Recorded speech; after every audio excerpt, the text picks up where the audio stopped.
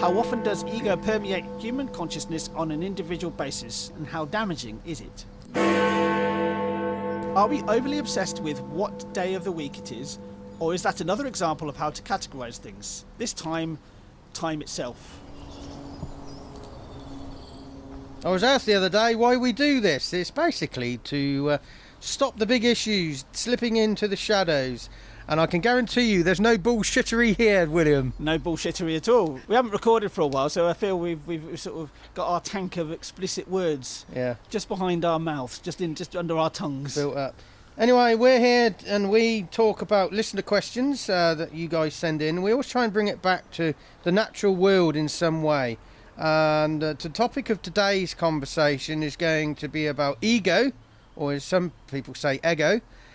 Our obsession with categorising as well. So that's what we're going to be talking about. This is the People's Countryside Environmental Debate Podcast. I'm Stuart the Wild Man Mabber. I'm a full-time rebel-rouser and troublemaker. Now, that pretty much covers it. And I'm William Mankler. I'm the one here to try and cover up that rabble-rousing and troublemaking. Any challenges? Ego. Yeah, a lot of Spanish and Brazilians and the Polish, they say ego. Ego. It's only got one G. Yeah. So, any challenges? Just the challenge of day-to-day life, to get through a day and see how you've done at the end of the day. Yeah. And something challenge for both of us today actually is, if you have a listen, it's not the usual ambience of this podcast. We're back outside in my courtyard garden. We recorded out here for a summer a few years ago. It's one of the most tooted roundabouts in Oxford. Plenty of sirens, plenty of life. And we had an intern once who listened to the podcast and said, oh, the background sounds is distracting. Well, we have these conversations. We try and have them in settings that you guys might have these conversations. And you just have to learn to filter out what's going on in the background. So if the sound of the cars going on in the background or the birds singing distract you from what we're saying, something you need to practice. And actually bring this ambient sound into your life, as that you might have heard that car just revving its engine there. Yeah. It might add an extra dimension to what you're doing right now. You may be walking down the road and thinking, there's no police car around here. Oh, it's on the podcast. Yeah. Anyway, we have the conversations that need having. Sometimes they're a debate, but very often they're just the conversations. We do try and explore both sides, but very often, you and I, William, we actually agree on things. Well, we at least try and find a common ground when we don't agree, but it's very rare that we disagree. Or we at least, I think it's more that we listen to each other's points and actually just acknowledge them. Anyway, we're a world-scale podcast with a local feel, and we try and remind you that you are part of nature and not separate to it. How can people leave a question if they want us to talk about a question? And there's many, many ways. The one we always say is thepeoplescountryside@gmail.com. You can email us there. But there are various ways. We're both on Facebook and Instagram. Personally, I'm Shot at an Angle. Stuart's Wildman. Environmental Learning. Wildman Sounds. What's it again? Wildman Productions. Wildman Productions, yeah. There are various ways you can send us a question. Also, if you're going to email us or communicate with us, tell us, why do you listen? And what do you enjoy? And what actually keeps bringing you back and listening to what we talk about? Because we're not scientists, we're not experts, and we're just ordinary guys. Well, I'm less ordinary than William. We try and show that just because we don't know about a subject, it doesn't mean we can't have an opinion. Yeah. And the subjects we cover, no matter what the question is, the subject seems to relate to either social justice, nature, human condition, climate, philosophy, or sustainability. And Stuart did not read that off a piece of paper. No. Yeah, that was straight from the top of his head, could you tell? Yeah. And anyway, thank you. Anyway, thank you. That's a perfect example of what might happen during this episode. You can't edit those out. Yeah. So those subjects I mentioned, they interplay in quite a poetic way, but we're not going to geek out about it. Now, one quick announcement I wanted to make, or we wanted to make, was there's a new Patreon release schedule. First off, William, what's Patreon? Patreon is a way you can back us financially. You can slip us some money every month, and for that money you get a little bit of extra content, some behind the scenes videos, some just access to things that you wouldn't normally get beyond this podcast. And how can I find that? They go to patreon.com/The People's Countryside and go and have a look at. There's 3 levels of patronity, or I've always loved to call it patronising. And the release schedule currently is every Monday, two releases, 10 a.m. and 5 p.m. UK time, but we're changing that to 3 releases a month, William. What are going to be the release timings? We always release we write a newsletter every month. Go and have a look on our Patreon page for that. It's every month. It's only available on Patreon. Only available on Patreon. It's a public post. You don't actually have to pay for that. You don't have to be. You can just be a free member on Patreon as well. So Yeah. you'll get that straight into your inbox, and so you get an idea of what we're doing. It really keeps you up to date with what we're doing within the podcast, but also anything. There's a bigger scope project going on here, and you'll find a lot more about what we're doing. There's also 2 other posts which we're going to do pretty much a week after that post, aren't we? It's almost like once a month. So on a Monday, once a month, you're going to get the newsletter, which will be open access. And then the following Monday, you're going to get 2 posts, probably on a 10 a.m. and a 5 p.m. UK time again. Something along those lines, yeah. Just frees up a bit of time for us. It frees up a bit of time for us, but we still want to give you some behind-the-scenes material, particularly if you want to back us on Patreon. What did you say that on Patreon was open? You know, you don't have to pay. You have an open membership. What's it called? You can be a free member. Yeah, a big shout out. Well, a shout out to Hannon Beath, who is one of those kind of members. Open your wallet, Hannon, give us some money and become a full member. Anyway, what's the question? The question is, here we go. It's from Shreenika in Western Province, Sri Lanka. This is not Shreenika's first question. You said that before we recorded. I think you're right, but I can't remember. Yeah. But Shreenika's question is, how often does ego permeate human consciousness on an individual basis, and how damaging is it? I think it permeates. It's permanently permeating. Try and say that when you've had a few beers. 10 times in a row as well. Yeah, and how damaging is it? Well, like anything, it's damaging if things that it's left uncontrolled, and it runs riot. I mean, marketeers, advertising executives understand ego. They market to our egos, the feel-good factor. I don't think you can ever remove ego. It's part of you, but you have to be in control of it. Don't let it be in control of you. Ego is part of us, as you say, intrinsic part of being human. Remove ego, and you're kind of left as a bland nothing. It's a psychological school of thought. I mean, I think there was the ego and the id. Yeah, it's part of, but it's like anything in life. If it runs unchecked, but you also it can be maybe it's one of these things of like, it's a really good tool but not a very good master. It can be a very good tool in situations where you need to be assertive, or you need to maybe back off in a situation, so you actually either push your ego, or you actually you rein it in. Yeah, it says here, how often does it permeate consciousness? I think it constantly permeates consciousness, but sometimes we forget and we're not aware.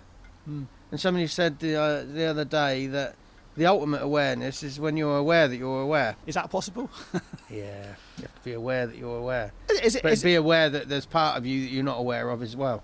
Yeah, I think being aware of your ego is always a good thing, and being aware of what your ego's doing at any one moment in time. I mean, the good example, as we heard this just a minute ago, was the tooting of the horns on the roundabout here. How much ego is at play there? Yeah. You know, I got a bigger van than you, so I can honk louder. Or my ego's bruised. You know, you've made me feel stupid, or I think you're stupid, because my ego, I'm asserting myself in this situation when you don't need to.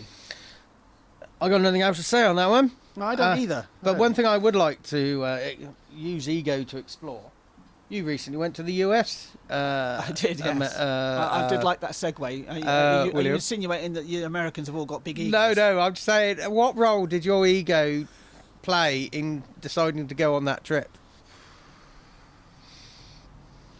I think it was there. Yeah, I think it was there because ego is sometimes can actually push you to do things that you wouldn't necessarily ordinarily do. You kind of allow your ego to take you there. Yeah, I think it partially took me there. Right. So where did you go? We went to America. Yeah.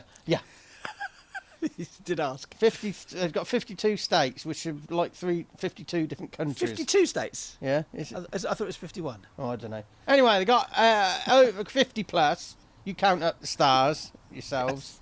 That's your homework. Yep. Whereabouts did you go and why? We went to Philadelphia to begin with. We went there purely because neither of us had been there. Well, my wife, who I went with, had never been to the States. We went to Philadelphia because it looked interesting and it looked like a city we could easily explore. It's got a lot of history. It's got a lot of problems, but we both love Philadelphia. We're very likely to go back there at some point.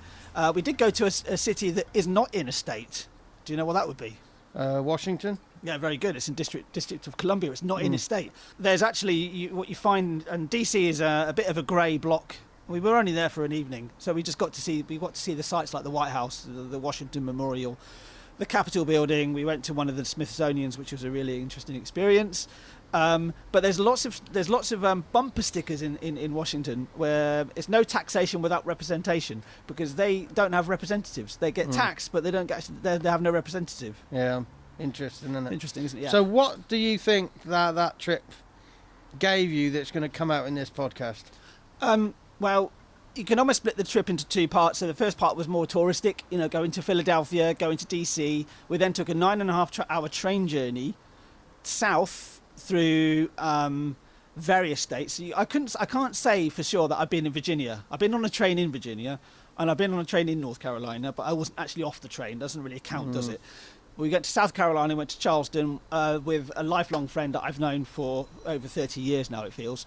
It was a very different feel in Charleston because we have a very strong connection, myself and my friend. So what did it bring me? It brought me a fresh perspective on myself, especially. It brought me actually realising who I actually am. Gave me that space to think about that. Okay, so let's bring it back to ego in an interesting way. Do you think you could have made that trip more sustainable, and do you feel guilty about the fact that maybe it wasn't as sustainable as it could be? Well, don't let your ego be pricked here. Well, to get to the States in any other method other than flying will take you weeks. Unfortunately, I can't do that. My day-to-day activities on a day-to-day basis are very eco-friendly. I walk everywhere, I cycle, I get the bus, I get the train, I drive occasionally. To some people, I hardly drive at all. So to do a flight to America, to and from America, is a big impact on itself. However, most of my trips on a day-to-day basis nullify that. You can almost say it's almost carbon offset in some respects. And also, when we were in the States, we predominantly went by public transport. We got on the train, like I said, between Philadelphia and Washington. We did the train. We then did a train between DC and Charleston. We did fly back to Philadelphia, so make of that what you will. But I think I can justify it. I kind of respect a man who doesn't own a car. Anyway, don't let that prick your ego over. Anyway, inside joke there. That is an old reference, that is. Yeah. Okay, so going back to Shreenika's question, how often does ego permeate human consciousness on an individual basis, and how damaging is it? Any actions there for the listener? Just be aware of what the role your ego takes in your life, and sometimes that use it as a tool. Don't let it be your master. Certain circumstances, allow it to come to the forefront, because you need to be if you're in a situation where you feel you need to be assertive, ego's really good for that. But also, there are certain situations where you do need to take a step back and go, actually, this is my ego pushing me in the wrong direction. I need to just take the foot off the gas pedal, to use an American phrase. Okay, so keep listening. At the end of this episode, we're gonna talk about an event that you may have booked on that we're not going to be doing now. That's happening on the 25th of June. Today is the 23rd. And particularly, it was you, not me. It Yeah, was just going to be you, wasn't it? Doing it. Yes. Anyway, so I actually booked a ticket myself. Yeah, well, you mug. Anyway, who's the next question from me? What is it? Stuart, I just want to put on record, Stuart is an absolute git. Right, the question is from Yusuf from, I think it's Kocaeli. I think is how you pronounce it. Yusuf is from Kocaeli in Turkey. And definitely not Yusuf's first question as well. No. I definitely recommend. I remember looking up how to pronounce Kocaeli. I'm probably completely butchering it. I'm waffling. You are? Well, we're used to that. It's been a while. Yeah, moving on. So, Yusuf's question. Are we overly obsessed with what day of the week it is, or is that another example of how to categorise things? This time itself. Yeah, I think we are overly obsessed with what day of the week it is. One of my favourite sort of thoughts is, or sayings is, somebody will say to me, or I'll actually find myself saying this out loud. It doesn't feel like a Monday today. And then I think to myself, what the hell does a Monday actually even feel like? I used to work on my own a lot, and I always used to throw the schedule up in the air and do different things each week, never on the same day. And the customers didn't quite know whether they were coming or going, nor did I. I wanted to actually not feel that I was in this treadmill of, this is a Monday, this is a Tuesday. And when I actually took staff on, I still did that, and I found people really struggled to adapt to that unpredictability. And even now I still do the schedule in the same way, bit mixed up. I do. There was a program years ago on Radio 4, BBC Radio 4, that was talking about we put everything in bags, the amount of carrier bags we use, and we categorise. Sometimes you have carrier bags within carrier bags. Yeah, and then when we do our guided workshops, we often say, you sit under a tree and it affects some people not knowing what it's called. You don't need to know what it is. You don't need to categorise it. Just say it's a tree. Yeah. I mean, we are obsessed with categorising. It's how we make sense of the world. But again, like the first question, with ego, if that runs wild, it can be damaging. But again, categorising, that can be damaging. But it's the whole idea of a day should be for one thing. I think it comes from, there's social conditioning here and structure from school. Yeah, because school is run from Monday to Friday, generally speaking, which is supposed to prepare you for the working week in the office or in the factory or whatever work you do, and the 9 to 5. Now, I think there is something to be said about the 9 to 5, as long as it is 9 to 5, because you can actually then go and do your work. That's your allotted time to do work. Once you finish at 5 o'clock, you're done. Happens a lot in Germany. Once you're finished at 5 o'clock, the culture in Germany is you're done. There's no emails to do. There's no more work to do. What's happened often though is it's kind of permeating outside of that. It's answering emails at 11:30 in the morning, 11:30 at night. It's that type of thing. You feel you have to do extra work, and that kind of covers over the cracks in organisations where there's not enough people in the first place.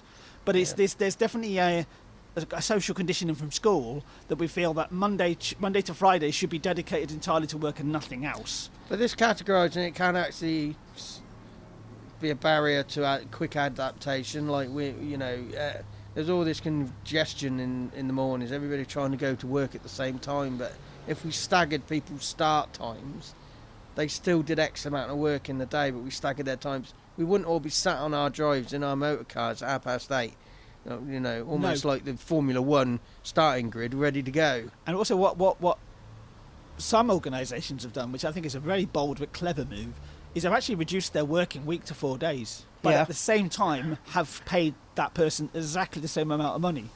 Yeah. Because what they realise is, and they know, everybody knows this, everybody who's listening to this podcast right now knows for a fact that if they do 60 hours a week or they do 40 hours a week, that is not 40 or 60 hours of work. You can't do that continuously. Humans are too, we're not machines. So there will be times when we're extremely productive, and there'll be other times when all we want to do is go home because we've got nothing in the tank. What is the point in sitting at your desk until 5 o'clock for the last? I remember I used to do various office jobs, and I get to 3 o'clock in the afternoon, and my productivity would almost take a nosedive for the last 2 hours because I've done everything I need to do. I put all the effort into work already. Yeah. And those last 2 hours were completely pointless. It's just that there was this thing of like, well, actually, this is what you should work. You should be at your office between 9 and 5, just in case somebody phoned you. It's like, well, nobody phoned me. Yeah, and that's another reason why people should come on our workshops, stress management workshops, because it shows how you can make those last 2 hours productive by maybe doing something slightly differently earlier in the day, giving yourself a bit more of a breather, a bit of a break. Yeah. Or whatever.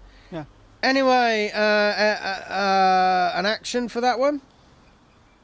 I'll read the question again. Are we overly obsessed with what day of the week it is, or is that another example of how we categorise things? This time itself. A time only comes into times and days and dates are only important when you're due to do something. Yeah. You know, if you've got something booked in the diary, so, you know, generally speaking, I do gardening for you, Stuart, and that generally is on a Thursday. But this week I'm doing it on Tuesday and Thursday. In the rain. Yeah, exactly. But when I get to do the work, whatever day it is doesn't matter. So I've got to prepare tonight and then be ready for tomorrow morning to start, right? And then do the work. But once I get into the work, I'm not thinking what day it is. Okay, just end this episode by saying that I was meant to be giving a talk at the Global Retreat Centre in Oxford in 2 days' time, June the 25th, but for various reasons that's not going to be happening. So if you've booked a ticket for that, hopefully you've been informed that it's not now going to happen. So that was going to be 7 till 8 in the evening. So apologies for that, but life happens. Anyway, this has been the People's Countryside Environmental Debate Podcast. He's been William Anklo. And I've been Stuart the Wild Man Mabbott.